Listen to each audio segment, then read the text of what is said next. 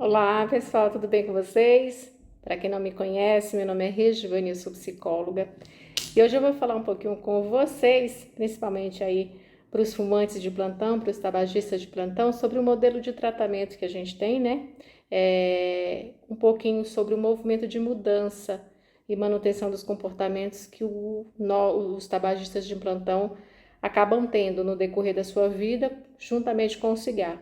A gente sabe que os comportamentos eles são condicionados com o ato de fumar, né? Então é muito difícil lidar com eles, né? E é por isso que hoje eu vou falar um pouquinho sobre esses comportamentos que podem vir e acontecer a famosa recaída, que é o que muita gente não entende, porque que tantas vezes recaem. Algumas pessoas já tentaram parar de fumar várias vezes e tiveram problemas. Então, recair é normal. E hoje eu vou falar um pouquinho por que isso acontece. Então, aí nós temos um modelo chamado modelo transteórico, que na verdade nós temos uma recaída, né? Nós temos um modelo cíclico e nós temos algumas fases que são importantes vocês entenderem, que é uma fase chamada pré-contemplação, nós temos a fase contemplação, determinação, ação e manutenção.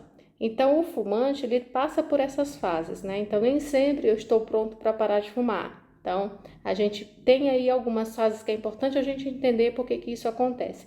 Então, vamos imaginar que eu estou numa fase chamada pré-contemplação. É quando eu percebo que eu não tenho um problema nenhum, eu fumo, para mim tá tudo certo, não tem problema, eu estou bem assim.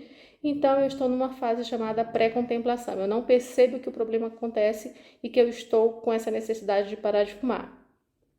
Depois nós temos aí a fase contemplativa, é quando eu percebo que eu já tenho, que eu preciso parar, né? Eu sei que pode vir a trazer problemas para mim, mas que eu também não faço nada para que isso aconteça, né? E nós temos aí a fase de ação, é quando eu percebo que eu tenho um problema, eu percebo que eu preciso parar de fumar, já fiz algumas coisas para que isso aconteça, mas não consegui sair e não consegui parar de fumar, tá? E também a fase manutenção, que é quando a gente já passa pelo processo e consegue se manter aí sem o cigarro. Mas o que acontece? Nós temos esse movimento, né, de mudança e manutenção de comportamentos que a gente chama de lapso. O que é isso? É quando há um deslize que pode ou não resultar em uma recaída. Mas quando há essa repetição desse lapso, pode sim evoluir para uma recaída. O que é? É o retorno ao consumo regular do cigarro, mesmo que em quantidade menor. Né? Então, de repente, eu fumava 20 cigarros, né? Nunca mais eu fumei, passei aí alguns dias sem fumar, mas de repente eu percebo aí que eu não segurei a onda e fumei um cigarro. Então, independente da quantidade, isso sim é uma recaída. Então, é importante que você saiba disso. Então, existe aí também algumas características do fumante que são indicativos maiores para acontecer a recaída.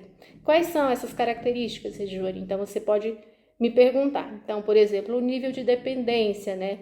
Quanto mais cigarros você fuma, mais é difícil largar o cigarro. Então, por exemplo, você fuma 20 cigarros por dia e o primeiro cigarro em menos de 30 minutos após acordar. A gente sabe que o primeiro cigarro é o mais difícil de segurar, tá? Então, fica bem ligado nessas dicas aí que eu vou falar para vocês sobre as características que fazem com que o fumante tenha aí maiores riscos de recair.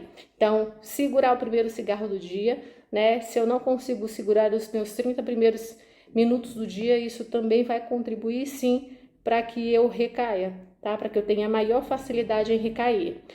O início precoce também é muito importante. Então, menor que 15 anos de idade, é possível recair mais porque você começou muito cedo. A convivência com os fumantes também, né? O quanto que eu estou aí me preparando para largar esse cigarro, que a gente brinca de amor bandido, o quanto que eu estou me preparando, mas a convivência com os fumantes também tornam isso um processo mais difícil, né? História de depressão, tá? Então, quem tem aí algum histórico de depressão também é também um gatilho muito importante para recair, tá? Abuso de álcool, outras drogas que a gente sabe que tem muita gente que tem, então isso também é uma situação que está ligada diretamente ao ato de recair, tá? Então, situações de risco para parar de fumar que estão ligadas também diretamente a determinantes intrapessoais e interpessoais. O que é isso, pessoal? É quando determinantes intrapessoais estão ligados diretamente a um estado emocional negativo, por exemplo. Então, um sentimento de depressão, como eu falei agora há pouco, tristeza, tédio, é quando vem um luto também, né? Então, o cigarro também é um luto. Então, é importante a gente deixar isso bem claro. O cigarro é um luto e por conta de todos esses sentimentos que vêm, a gente acaba misturando uma coisa com a outra e aí vem aí a possibilidade de recair.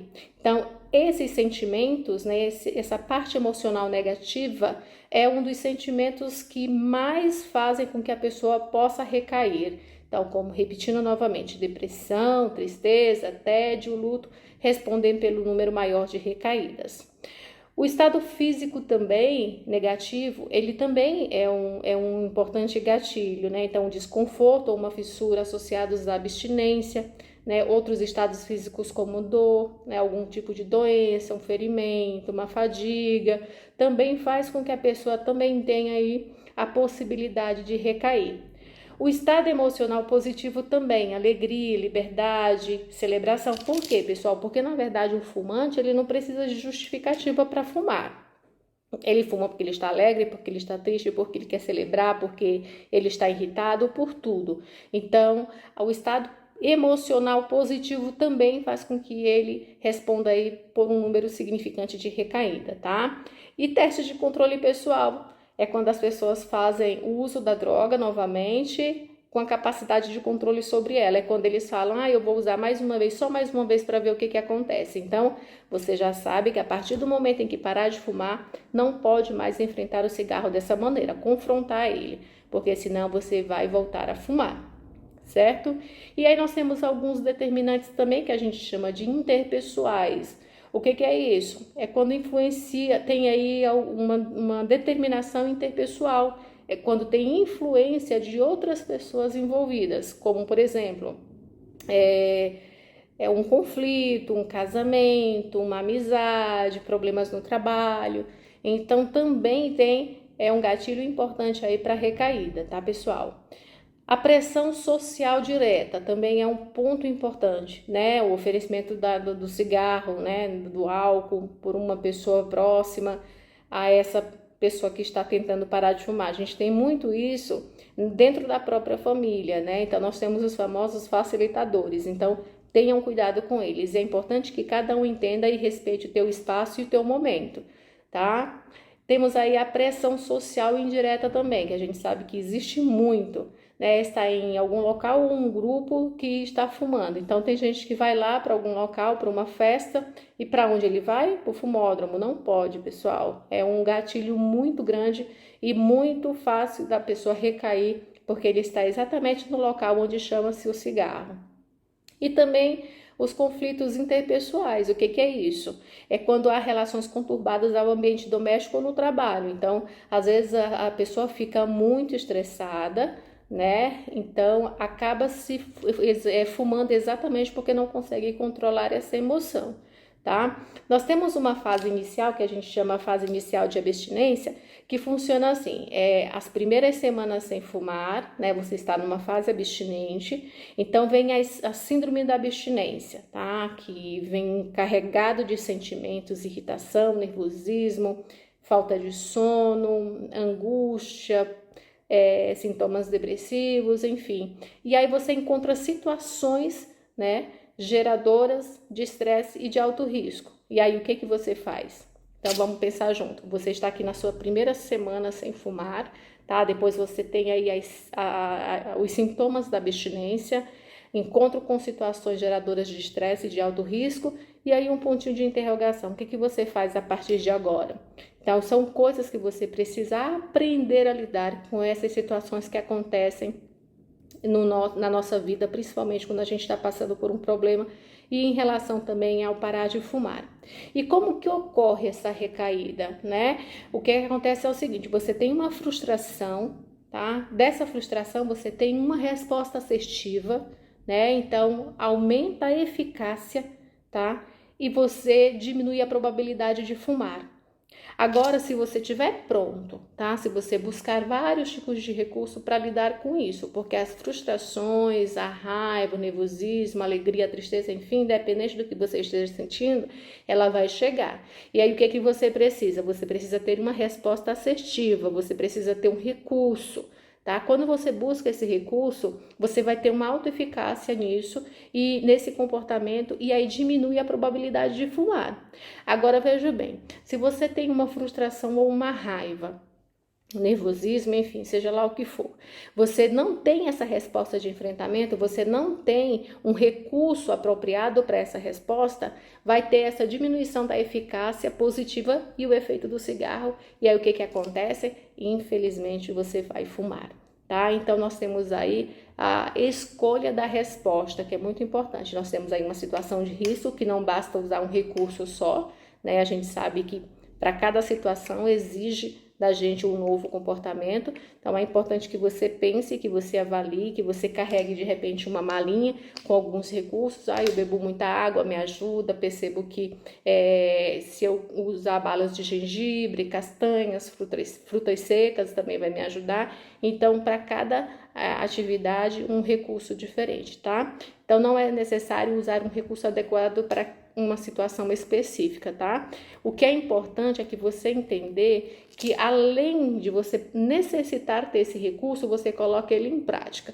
Porque se você não coloca, certamente o momento da fissura vai chegar e se você não estiver com a cabeça preparada, a tua parte emocional, você vai recair. Existe também uma coisa que é muito importante eu falar nesse vídeo com vocês hoje, é o que a gente chama de cansaço da abstinência. Né? O que é isso? É o confronto entre os fatores que são de estresse, né? E as tentações que levam à fadiga da cessação. Ou seja, o cansaço em manter a abstinência. Quando você está abstinente, você fica muito nervoso, muito irritado, muito frágil, muito debilitado emocionalmente. E isso faz com que te dê um cansaço emocional, uma fadiga. E por conta dessa fadiga, há uma possibilidade de recair porque você tem vontade de sair dessa situação que você está vivenciando. Então, alguns dos sinais comuns da fadiga são a perda da motivação e a esperança, tá? No sucesso em parar de fumar, que é o que eu acabei de falar. Então, a exaustão dos recursos de autocontrole e a redução do uso de estratégias, que é o que eu falei para vocês que a gente chama de recursos, né?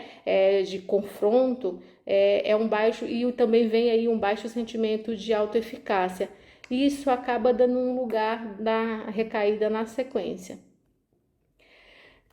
Então é importante a gente colocar bem em evidente o que eu quero nesse momento. Eu quero parar de fumar, então eu tenho que ter bem consciente quais são as respostas que eu preciso ter, tá? Para no momento que eu sentir essa necessidade, eu ter aí em comum acordo o que eu quero, os recursos que eu preciso ter. Então é bem importante que a recaída ela é um processo, não é um processo fácil, mas que ela acontece muito, né? E aí essa autoeficácia faz com que você busque cada vez mais um controle maior sobre o que você está sentindo.